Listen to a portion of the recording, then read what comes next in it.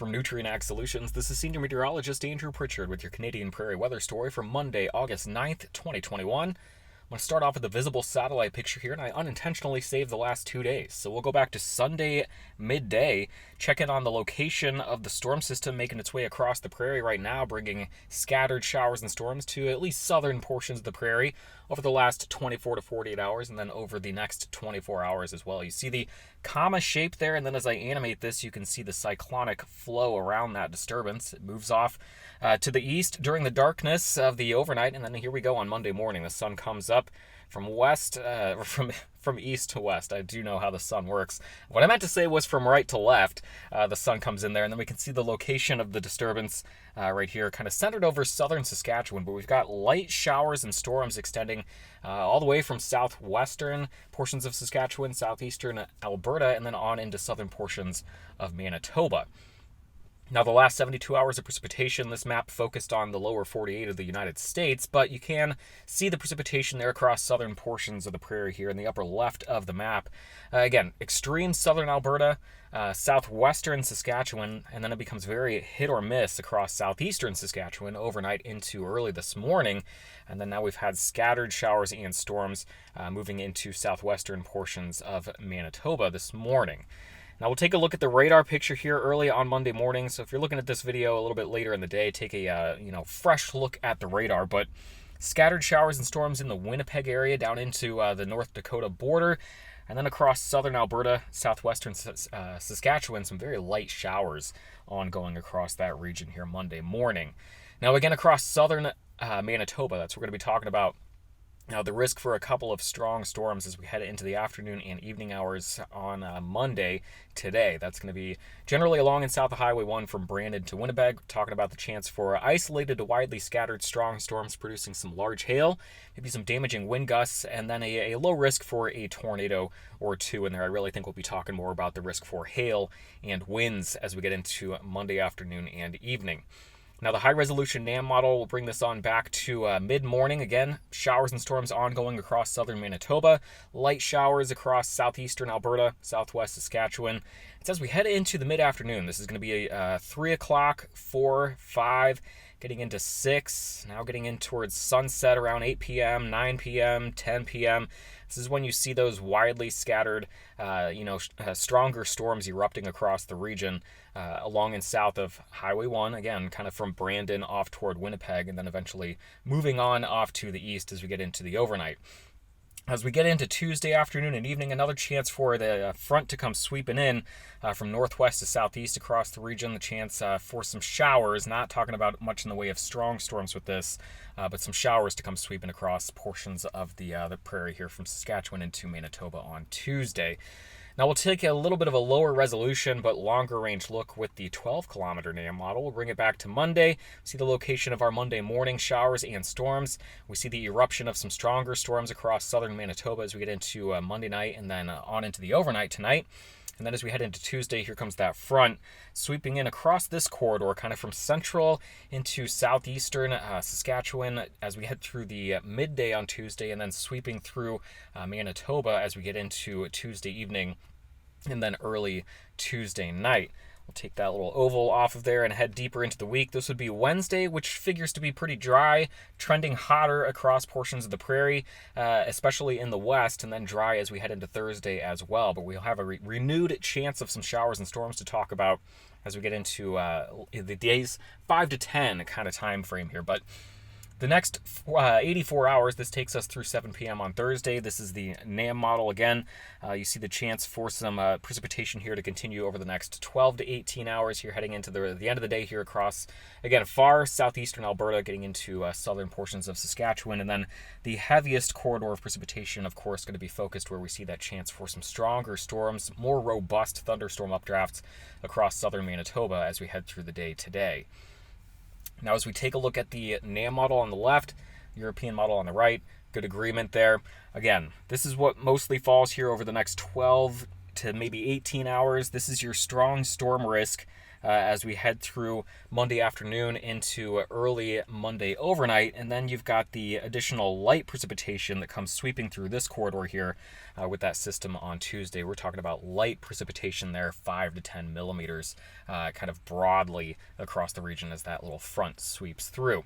Now, the next 10 days, here's the regions that we're talking about over the next 3 days or so, but you see some renewed chances for precipitation across the entire region here as we head through the next 10 days, and much of that comes here in days 5 to 10. So over the next 5 days, here's the risk that we're talking about, and a lot of that focused over the next 24 to 36 hours, but then additional chances for some showers and storms to come sweeping through as we get into days 5 to 10.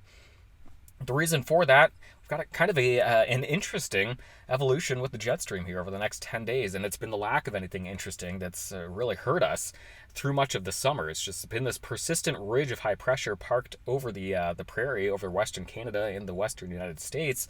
It's really kept persistent hot and dry conditions over the region. Now, we've seen that ridge break down, and we've allowed an upper level trough, an area of low pressure to sweep through, and that's what's helped kind of back off the excessive heat and also bring in the chance for scattered showers and storms. Now, not everyone has seen rainfall over the last 48 to 72 hours, but we're introducing the chances here, which again, maybe we have to walk before we can run across the region here and trying to mitigate some of the dryness here across a huge chunk of the region.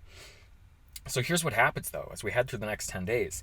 This first little trough, it swings through. We're going to allow that ridge to try and build back in, and it will do so across British Columbia, across portions of Alberta. We will see that heat begin to return as we head through mid and late parts of the week. But as we get to the other side of the weekend into early next week, we see another trough begin to develop across the prairie, and that's going to help reintroduce the chance for scattered showers and storms and help kick that heat back to the curb. So we're beginning to see some variation to the weather here. We still are seeing the threat for some hot, dry days, especially in the west. I'm talking about British Columbia into Alberta as we get into days 5 and 6. So we get the week started on the cooler side with chances for precipitation. We head into the late part of the week. We're going to be talking about more in the way of hot, dry weather, especially in the west. But then we get to days 10. Now, this is around August 18th and 19th. Talking about another trough developing across the region that would back the heat back off, and that would also keep the chance for at least isolated to scattered showers and storms in the forecast. Now, here's the jet stream winds that go along with this. This is from the European deterministic model. So we were looking at the ensemble picture there just a moment ago. This is the operational run. And here is our little system. You see the little dip in the winds there, the U shape, the stronger winds. That's what gives us the upper level lift to kick off showers and storms across the region. And you see the best upper level support here nosing into southern portions of Manitoba. So no surprise there. That's why we got the best chance for some stronger storms across that region. We have the best upper level support and the best overlap in our ingredients there as we head through Monday afternoon and Monday evening. Now here's the little wave that comes sweeping in on the backside as we head through Tuesday. That sweeps the front across the region, bringing a broad chance for kind of 5 to 10 millimeters of precipitation through this corridor during the day on Tuesday. As we head into the later part of the week, Wednesday, Thursday, and Friday, we're going to start to see that ridge begin to build across the region again. Now, northwest flow will keep us on the cooler side, at least maybe closer to average as you make your way off to the east, and perhaps keep the chance for some light precipitation in the forecast there, maybe not quite as hot and dry in the east. But then as we head through the weekend, the ridge begins to break down again, and a series of disturbances potentially line up to sweep through the prairie here as we get into probably the back side of the weekend into early next week, days 6, 7, 8, 9, and 10. Now, the precipitation forecast that goes along with this is again from the European operational models. We get started on Monday. We've really kind of labored over the next 48 hours, but we can just back it up here with the Euro. Monday morning, light showers in southeastern Alberta, southwestern Saskatchewan, a little bit stronger precipitation, a couple thunderstorms across southern Manitoba. We see the chance for some strong storms across southern Manitoba as we get into the last half of the day on Monday into the overnight. And then on Tuesday, here comes our front sweeping through, delivering that broad 5 to 10 millimeter light rain as we head through the day on Tuesday.